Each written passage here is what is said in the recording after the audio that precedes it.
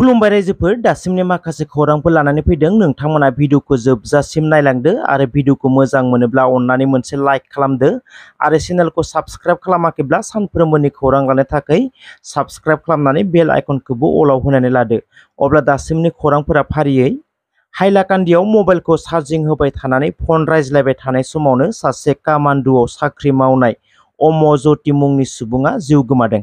मोनथिनाय बायदिब्ला अम'ज्योतिया साख्रि मावनाया 1.5 बोसोरल'सो जादोंमोन होनना मोनथिनो मोन्दों। थांनाय 23 मे खालारखालि अम'ज्योतिया गावनि आइफनखौ चार्ज होनानै फन रायज्लायबाय थानाय समावनो जिउ गोमादों। न'खरनिसिम फोरमायहरनाय बायदिब्ला आइफनआ ब्रास जानानै जिउ गोमादों होनना मोनथिहोदों आरो मोब्लिब सर्ट जानानैबो जिउ गोमादों होननानै बुंदोंमोन, जेराव न'खरनि सुबुंफोरा फोथायनो हायाखै। आइफनआ ब्रास जानानै जिउ गोमादोंब्ला, आइफनआ बेरदोंब्ला आइफनआ मानो जेबो जायाखै, बे मोनसे गिदिर सोंलु सिखांदों न'खरनिफ्राय। जिउ गोमाजानाय न'खरनो फोरमायनाया मोननै जाहोन जानायाव न'खरनि आरो गामिनि सुबुंफोरा फोथायनो गोब्राब मोननायखौ फोरमायदों। मैया 24 मे शुक्रबारखालि केदारनाथआव मोनसे गिख्रंथाव जाथायनिफ्राय 7 सुबुङा जिउ रैखा मोनो। तामिलनाडुनिफ्राय 6 सुबुङा केदारनाथ जात्रायाव थांदोंमोन गंसे हेलिकप्टारजों। हेलिपेडआव लेन्डिं जानोसै समावनो हेलिकप्टारखौ लेन्डिं खालामनो हायाखैमोन, जाउनाव हेलिपेडनि बायजोआव बिरखारलांदोंमोन हेलिकप्टारआ आरो खुनुरुखुम पाइलटनि जुजिथाबनायाव हेलिपेडनि गाहायाव लेन्डिं खालामनो हादों। नाथाय सावगारिखौ नायोब्ला हेलिकप्टारआ क्रास जानायनि सम्भावनायावनो दङमोन आरो पाइलटखौ लाफानानै 7 सुबुंनि जिउआ खैफोदनि लामायावनो दङमोन। हेलिपेडआव लेन्डिं खालामनो हायाखैब्लाबो नाथाय नारा-नाथा पाइलटनि नाजानायाव हेलिपेडनि गाहायाव लेन्डिं खालामनो हानानै 6 दावबायारिफोरखौ बासायनो हादों आरो गासैबो मोजाङैनो रैखा मोनदों होनना मोनथिनो मोन्दों। जाथायनि सायाव मोनथिनाय बायदिब्ला टेकनिकेल एररनि थाखायनो बे जाब्रबथाया जादों होनना मिथिनाय जादों। बर' हारिनि गेजेराव मोनसे मुगैथाव, दुखुनांथाव आरो दुथांनि मोनसे खामानिया ससियेल मिडियायाव गोबां गोसारगासिनो दङ। मबाइल फननि गेजेरजों रां लुटिनानै जाग्राया बर' हारिनि गेजेरावबो ओंखारबाय, जेराव दासिमाव गोबां सुबुंफोरानो ससियेल मिडियाआव फोरमायगासिनो दङ सोरबायदि सुबुंखौ टारगेट खालामो लुटिग्राया। आसरित साननो गोनां, जाय सुबुङा बेरामाव गोग्लैसोनानै थायो आरो बेराम फाहामथायनि थाखाय ससियेल मिडियानि गेजेरजों रायजोफोरनिफ्राय अनसुंथाइ बियो, बेबायदि बेरामि सुबुंफोरखौ टारगेट खालामनानै रां लुटिनानै लांगासिनो दङ। आमबारि सुरुफेरा गामिनि अबं बसुमतारिया किडनि ट्रेन्सप्लान्ट खालामनो थाखाय रां गैयैयाव ससियेल मिडियानि गेजेरजों रायजो-राजानिफ्राय अनसुंथाइ बिदोंमोन आरो बे खाबुखौनो लानानै रायजो-राजाया हरनाय रांखौ अबं बसुमतारिनिफ्राय 10,000 रां लुटिनानै लांदों होनना अबं बसुमतारिया फोरमायदों। बिथाङा फोरमायनाय बायदिब्ला इउबिपिअनि प्रेसिडेन्ट जानानै सासे दुथाङा कलनि गेजेरजों अबं बसुमतारिनि हालोदखौ खबर लाहरनानै इउबिपिअ दोलोनिफ्राय गासै 1,20,000 रां अनसुंथाइ हरनायनि बाथ्रा बुंदोंमोन। कक्राझार, मुसलपुर आरो बरपेटानिफ्राय ज' जानानै रांखौ हैनायनि बाथ्राखौ फननि गेजेरजों बुंहरनाय जादोंमोन आरो थांगासिनो होननानैबो बुंहरदोंमोन। कक्राझार, बरपेटा, मुसलपुरनि माखासेया फैनो थाखाय रां नांथ'गौ जादों होननानै अबं बसुमतारिनो बिलिफां बर' मुंनि बेंक एकाउन्टआव 5,000 रां सोना हरनो थिनो। बिनि उनाव 3,000 आरो 2,000 गासै 10,000 सोना हरनायनि उनाव नेब्लाबो मोनफैयाखैसै इउबिपिअनि दोलोआ आरो मबाइलाबो अफ जाबाय। जाथायनि उनाव बेंकआव थांनानै डिटेल्सखौ मोनबाय, मुङा बिलिफां बर', कक्राझार कुसुगावनि होनना मोनथिबाय। बिनि सायाव अबं बसुमतारिया कुमारिकाटा आउटपस्टआव एफआइआर होबाय होनना फोरमायदों। मख'नो गोनांदि थांनाय माखासे सान सिगांबो रिमिना ब्रह्मआ फाहामथाय लाबाय थानाय समावनो बे एखे फर्मुलाजोंनो रां अनसुंथाइ हैनो होननानै रां बिहरदोंमोन। बेनि कल रेकर्ड भाइरेल जानायखौ नुनो मोन्दों। थारैनो जोबोर लाजिथाव आरो दुखुनांथाव, बर'आनो बर'खौ लुटिनाया आरो बेबो खैफोदाव गोग्लैनानै थानाय, बेराम जानानै थानाय सुबुंनि सायावसो बेबायदि इनाय खामानि मावनाया जोबोरैनो लाजिथावना आरो दुखुनांथावना। रायजोआव धोरोम बासिलायनाय, नेवसिलायनाय, एरख'लायनाय जाथायफोरा ससियेल मिडियायाव गोबां गोसारगासिनो दङ, जेराव 13 नखरफोरखौ गंसे गामिनिफ्राय एरख'नाय जाथाया सोराङाव फैदों। थांनाय साननैसो आगोलाव सिमेन्ट सापरिनि जार्मानबारिनि जाथाया ससियेल मिडियाआव गोसारनायखौ लानानै जार्मानबारि गामिनि फ्राय प्रेस मिटनि गेजेरजों क्लियारिफिकेसन होनायखौ नुनो मोन्दों।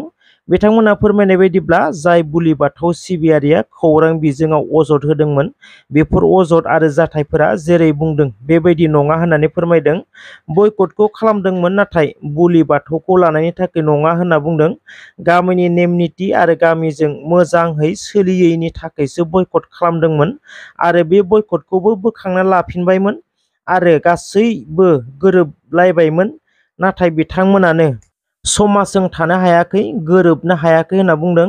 दाबो खावलायदों बिथांमोना जेखि धोरोमावनो था नाथाय समाजजों गोरोबनानै थाफै आरो बयबो गोरोबनानै थागोन होनना फोरमायदों जार्मानबारि गामिनिफ्राय। बे जाथायनि उनाव आसामाव आरो मोनसे जाथाया सोराङाव फैदों जेराव गंसे गामिनिफ्राय 13 नखरफोरखौ बयकट खालामनानै दोनदों। जाथायनि बागै मिथिनाय बायदिब्ला मंगलदै मेदिपारा गामिनिफ्राय 13 नखरफोरखौ बयकट खालामनानै दोनदों। मिलन डेका मुंनि सुबुङा बिमायनि फिसाज्लानि हाबायाव थांदोंमोन। हंकरिया धोरोमनि नखराव जादोंमोन हाबाया। बिनि थाखायनो गं 8 नखरखौ बयकट खालामनानै दोनदोंमोन। बिनि उनाव मिलन डेकाया गावनि न'आव माखासे लोगोफोरखौ ओंखाम जानो हांख्रायदोंमोन आरो जायफोरा बयकट खालामजानाय नखराव फैनानै ओंखाम जाफैदोंमोन बिथांमोनखौबो गामिनिफ्राय बयकट खालामबाय होनना बुंदों। गासै गं 13 नखरफोरखौ बयकट खालामना दोनबाय होनना बुंदों। बिथांमोननि नखराव रावबो थांनो मोना आरो बिसोरबो गुबुनाव थांनो मोना। समाजाव जिखुनु हाबाफारिफोरावबो बिथांमोना बाहागो लानो मोना बे 13 नखरफोरा। ঘটনাটো আছিলে মোৰ মামাৰ ল'ৰা এজনৰ বিয়া আছিলে। আমি কিবা ভকত সংসাৰীৰ মাজত আমাৰ গাঁওখনত এটা বিবাদ চলি আছিলে আগৰ পৰা।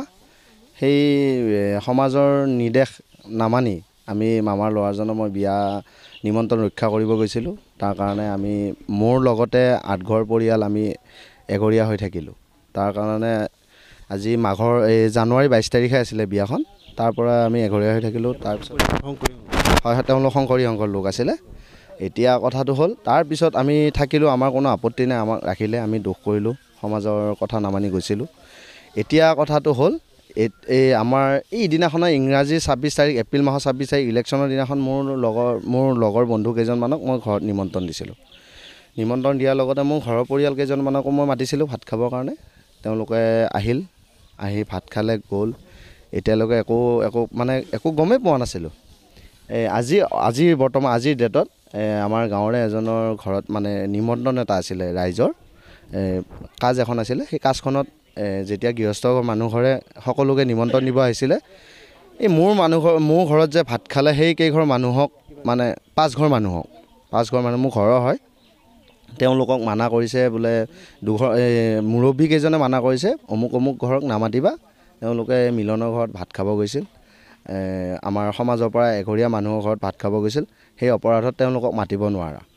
তেনেকৈ আমি সেই কথাটো মই গম পাই মই মানে মানিব নোৱাৰি আপোনালোকৰ সংবাদ মাধ্যমৰ ওচৰ চাপিছোঁ। এতিয়া মানে বিচাৰ লাগে এইটোৱে, আজিৰ দিনতনো এনেকুৱা ব্যৱস্থা কেনেকুৱাকৈ হ'ব পাৰে? ইমান শিক্ষিত সমাজৰ মাজত এনেকুৱা যে ব্যৱস্থা এটা হৈছে মানে আমি মানিব পৰা নাই। মোৰ কাৰণে 5 ঘৰ মানুহক হেৰেছমেণ্ট কৰাটো কিমানখিনি যুক্তিযুক্ত আছে মানে সেইটোৱে বিচাৰিছোঁ। তেওঁলোকৰ যিখিনি নিয়ম মানিছে সেই নিয়মখিনি জানো উচিত নে অনুচিত নাজানো। তাৰপিছত মই এইখিনিয়ে বিচাৰিছোঁ, ইয়াৰ বিচাৰ লাগে, উচিত বিচাৰ লাগে, যাতে তেওঁলোকেও যাতে অলপ মানে গম পাওক এনেকুৱা বিচাৰ কৰাটো কিমান যুক্তিযুক্ততা আছে। তেওঁলোকে আমাক এই বিচাৰটো ভালকৈ কৰি দিব লাগে। এঘৰীয়া কৰা লোকসকল থিয়েন ডেকা, থিয়েন কলিতা, ভূপেন ডেকা, মোৰ ঘৰৰে মানুহ হয়, গকুল ডেকা, হেম ডেকা, এইকেইঘৰ মানুহ। সংসাৰী সমাজখনৰ হয় সংসাৰী সমাজখনৰ তেওঁলোক এঘৰীয়া নাছিলে। মই এঘৰীয়া আছিলোঁ কাৰণে মোৰ ঘৰত ভাত খাব আহিছিল, সেইটোৱে অপৰাধ। थैंक यू सो मच रायजोफोर जायफोरा भिडिअखौ जोबजासिम नायजोब्बाय। भिडिअखौ मोजां मोनदोंब्ला अननानै मोनसे लाइक खालामदो आरो हायोब्ला लोगोफोरनोबो शेयार खालामनानै होदो आरो चेनेलखौ साबस्क्राइब खालामाखैब्ला सानफ्रोमबोनि खौरां लानो थाखाय साबस्क्राइब खालामनानै बेल आइकनखौबो अलाव होनानै लादो। Thank you so much.